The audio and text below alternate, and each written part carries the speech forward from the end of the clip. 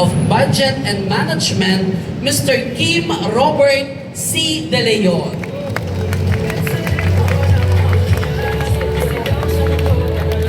Salamat. Magandang umaga po of course sa ating Yorme ng lungsod ng Maynila, Vice Mayor Chi, sa ating mga konsehal at iba pang mga opisyal, Chair Artes of MMDA, of course to the family of Dr. Guazon, sa lahat po ng mga Manileño, magandang umaga po sa inyong lahat.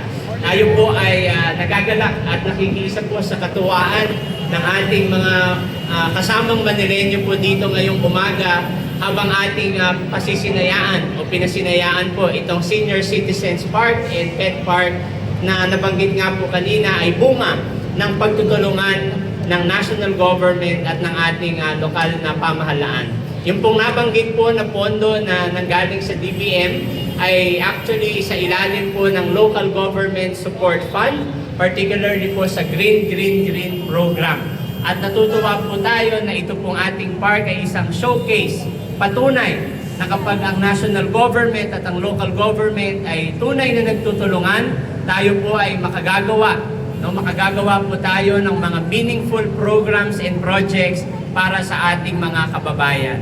At ganoon din po ang direksyon sa atin ng ating Pangulong Ferdinand R. Marcos Jr. Kaya ngayong taon, patuloy niya pong pinalakas ang Local Government Support Fund upang makatulong sa ating mga kababayan. Kaya po ngayong taon, ang ating slogan para sa LGSF, bawat bayan makikinabang.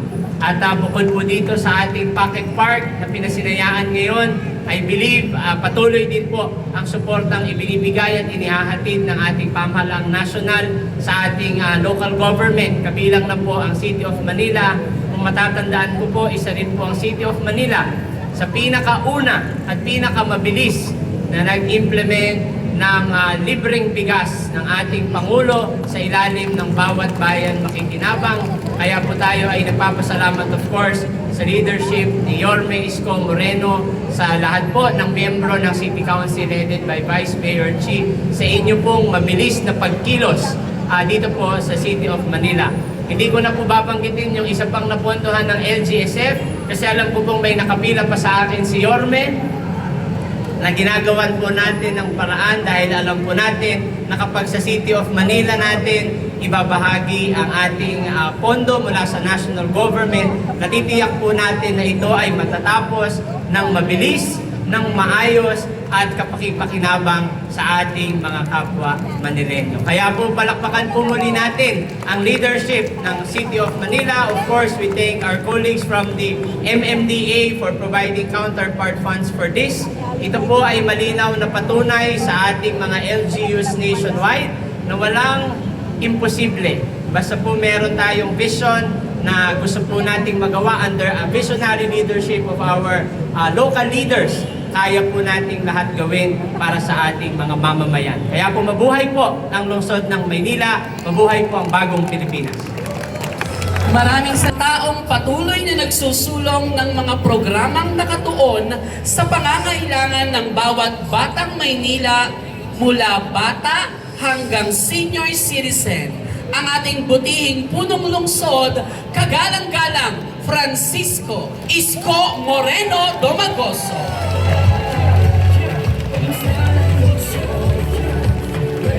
Mabubo kayo sa aking mga minamahal, spoiled. Special na love ko yan.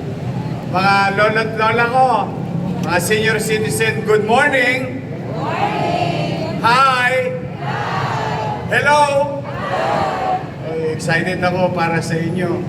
Kanina, may napasi kami ni Chairman. Meron na kagad na kinabang sa senior citizen natin. May naglalakad doon na isa, ligtas, maayos, na siguro nag-exercise. No? So just imagine that this place can bring to the community. Sa ating mga barangay chairman, kagawad, secretary treasurer, XO, hi! Hello! Ay, kayong mga taga-Pandakan, hinihikayat ko ang mga barangay official na magkaisa at ito ang sentro ng inyong pagkakaisa bilang komunidad sa Pandacan na ikusa ninyo among yourselves as barangay na napapalibutan ito o umiikot sa part na to na bantayan, ipagmalasakit, panatiling malinis. At yung gagawin ninyo ay kalinsabay naman, patuloy na mamumuhunan ang lungsod ng Maynila sa parking ito sa pagbibigay ng seguridad. Kaya napansin nyo, sa akin nakakita, Pen Park, Senior Citizen Park, may gwardiya pa. Kasi sayang. Bakit sayang? As you heard, Secretary Kim said a few minutes ago, may binibigay silang pera sa mga lokal na pamahalaan. At bawat isang yun ay tumutugon sa partikular na menu. Marami po yan, vertical development or horizontal development. Maaring electrification, farm to market road, and so on and so forth. Meron din silang green program. At ang Maynila ay isa sa nagtamasa ng programang ipinatutupad ni Pangulong Bongbong Marcos Jr. At yan, marami dyan, tinamaan natin. Huwag kayong mag-alala, kahit wala tayong pera, manghihimod ako ng manghihimod ng may wepax sa may wepax. Basta kapakinabangan nyo lang. I don't mind. Hindi ko naman pinanghihingi ang sarili ko, kayo naman. Now, here we are in a green program. Nung nabigyan tayo, totoo rin yung sinabi ni Chairman Artes. Nung dumating yung tsape, tukod, awang-awa na ako sa Pandacan. Araw-araw na lang, para kayong may pabrika ng Natasha dito. Chinchansu. Lagi kami press powder. Sa alikabok, ito yung nagdudulot ng panganib sa kalusugan, hindi lang ng mga senior citizen, but ng buong komunidad. Nakita niyo yung mga bahay na yan? Nag-abo na yan ang kulay niyan. Dati mapusyaw, naging gray. Because this is a barren land, non-performing asset, and it's very dangerous to any members of the community and to those who will pass by. That we can bring danger also yung ating mga motorista. Kaya nag-usap kami ni Chair, sabi ko, pare, may sobra ka pa dyan. Binigyan naman kami ng DBM, ng Office of the President. Kaya lang, total, minsanin lang natin gagawin, itodo pati patot pananggulo na. Kasi sayang naman, ang hirap makaharbat ng resources because huwag niyong isipin na special tayo sa Maynila. Marami rin nangangailangan ng local government sa buong bansa. Kaya lang, kanya-kanyang abilidad. Naswertehan lang natin. Salamat kay Kim, ang ating sekretaryo ng DBM, palakpakan natin. So going back to the chair, ay ko, Chairman, sabi niya, pare, padala mo sa akin yung pera na binigay sa'yo, tatapatan ko. Totoo po yun, yung sinasabi ni Chairman. Nag-appropriate si Chairman para sa lungsod ng Maynila, lalong-lalo na sa Pandacan. Yan ang istorya, ang punot dulo ng kwentong ito, kung saan ang national government, local government, national agency, local government department, nagtulungan ang nakinabang bawat mamamayan ng Pandacan. Mga lolo't lola ko, maswerte ngayon, medyo malamig ang panahon, pero darating ang Abril, darating ang Mayo, Marso, nuknuk ka ng init. Huwag kayong mag-alala. Air condition yung citadel ninyo. Pwede nang maglabing-labing. Malamang yung mga senior na single dito, madodouble. Kasi kahit gabi, magagamit ito ng mga tagapandakan. Maliwanag, maliwalas, ligtas. At aalagaan ninyo yung mga bambu natin dahil yan ang magbibigay ng sariwang hangin sa pagitan ng usok ng sasakyan. Kaya kung makikita nyo yung disenyo, pinalibutan yan ng halaman para lagi kayong fresh. Hindi yung pag-uwi mo, puro usok, but you're always fresh. But I cannot do this alone. I would like to recognize also our Vice Mayor, Vice Mayor Chi Atienza. Mga kusyal natin, tayo nga kayo. Itong 5 natin kusyal. Ayan. Si Elmer, yung aso niya unang-unang tumira dito. Kaya mga kusyal natin, palakpakan natin sila. At ang pinakamaganda sa Pandakan, ang presidente o ang pinuno ng ating Senior Citizens Affairs, Beth Rivera.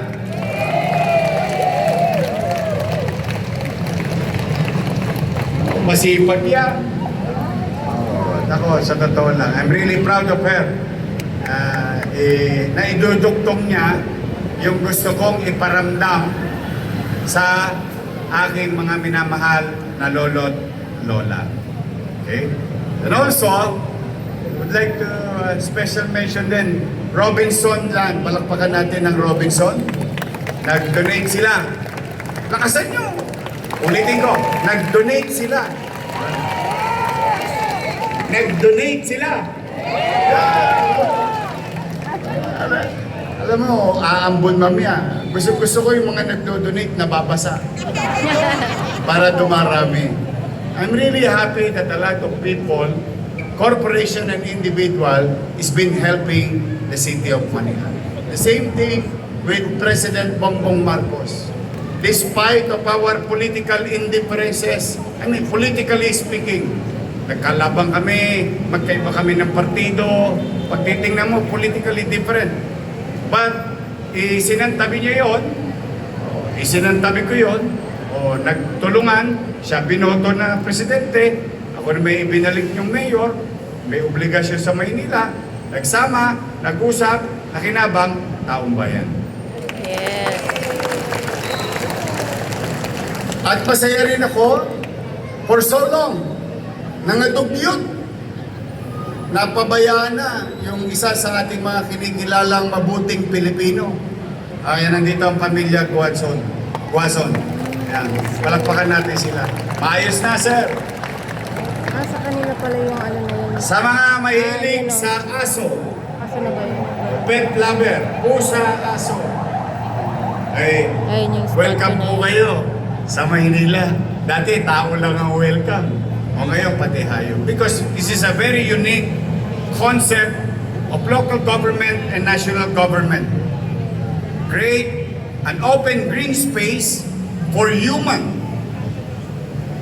and for our pets.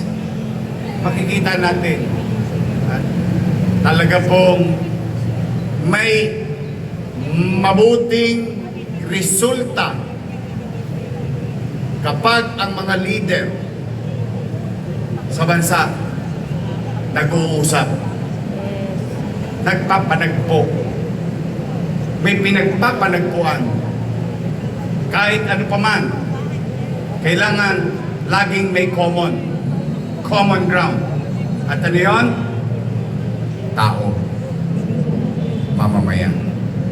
Kaya, hindi man sa wala man siya ngayon, ay ako'y talaga on behalf of the people of Manila. Thank you very much, President Bongbong Marcos Jr. Maraming salamat sa kanya. At least pagdaan niya dito, yung itim niya sakyan hindi na magiging puti. Muli, mga nanay, tatay ko, Para sa inyo ito, alagaan nyo ha. Pag malasakitan ninyo. Today, this will be yours. Enjoy it. To the neighborhood surrounding the area, I'm happy for you. Hindi na kayo magpipis-pis ng mga bintana. Pagpapagpag ng mga kortina dahil punong-puno ng alikabok. Ngayon, unti-unti, mararanasan nyo na. Bumalik ang sariwang hangin dito sa Nagtahan Interlink.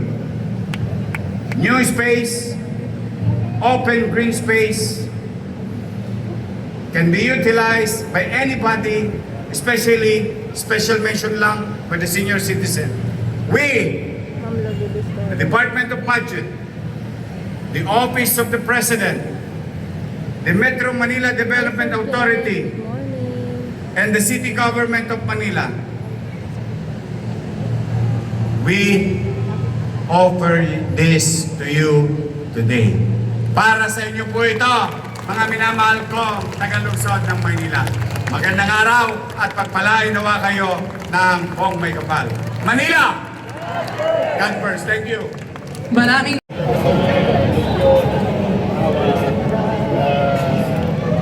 The merging of funds. Dito kayo magkabang.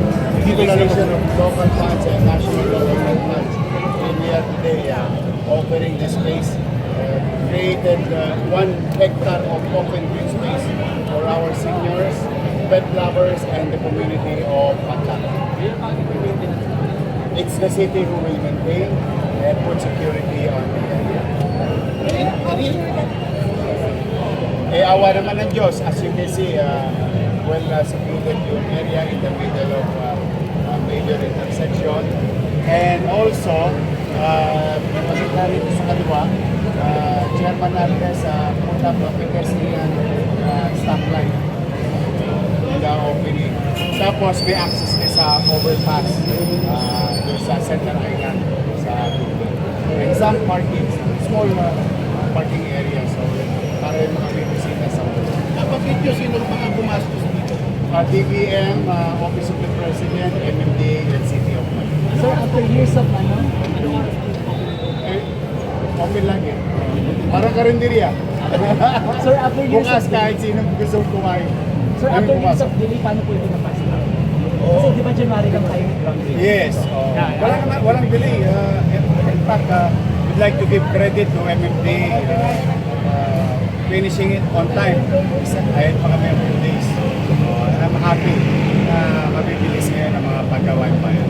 And another unique in this area, may mapapansin kayo may mga Ayan. tumbler or parang container. Ang yun kasi dalawa dinawak. Because those are the catch basin, water catchment for Skyway at Way Tagulan. Yung nakikita niyo yung tubo na akala mo shower, dire-diretso sa kalsada.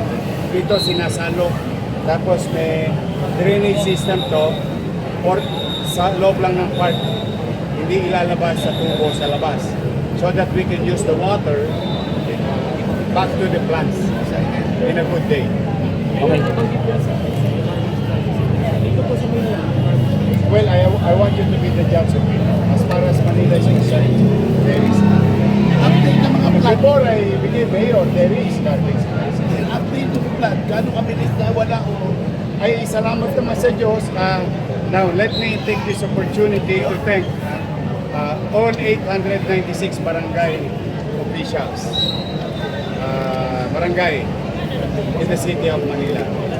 As you all know, upon assumption of office last July 2025, I created Executive Order number 3, wherein we are directing all barangays every Saturday to conduct cleaning the drainage of our city.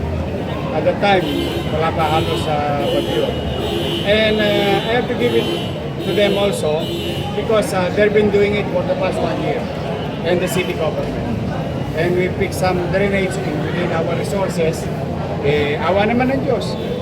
May challenges pa rin kami sa top avenue like PGH area, some portion of Calao and UN, some portion of Abad Santos, and some portion of Spania. But generally, we're very happy. Medyo naligtas kami itong bagyong ito. Pero marami pang challenges. At malayo pa kami. Malayo pa kami sa mga pagawaing bayan para dumating naman ang araw, makatikim naman ang taong bayan ng tuyong kalsada sa panahon na I mean, when I say tuyo, metaphorically, walang baha. Nakita mo yung dagat ng ilog, yung basura doon sa Redemptorist. Dapat naman palakasin yung batas o sa mga... Basta kami, pag may bagyo, may ulan, yung palo ng galing ng Batangas, Bataan, Pampanga, Bulacan, papalo sa Roas Boulevard. And one of the areas is Paseco, on top of the Roas Boulevard side. So kami naman, part na ng buhay namin as City Government of Manila. Kalawit lang kami ng kalawit na solid materials na lumulutang after the rain sa aming mga pantalan or dalampasigan.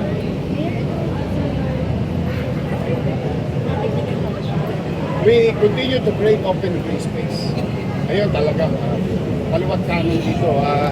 Ewan ko kung napapansin niyo yung Roas Boulevard. Napupuno na ng bamboo. As we have promised the people that we're going to plant 100,000 bamboo trees or bamboo grass in the city of Manila, all over. So, whether it is 20 square meter, 100 square meter, 1,000 square meter, we will reclaim those areas and to be converted as open green space.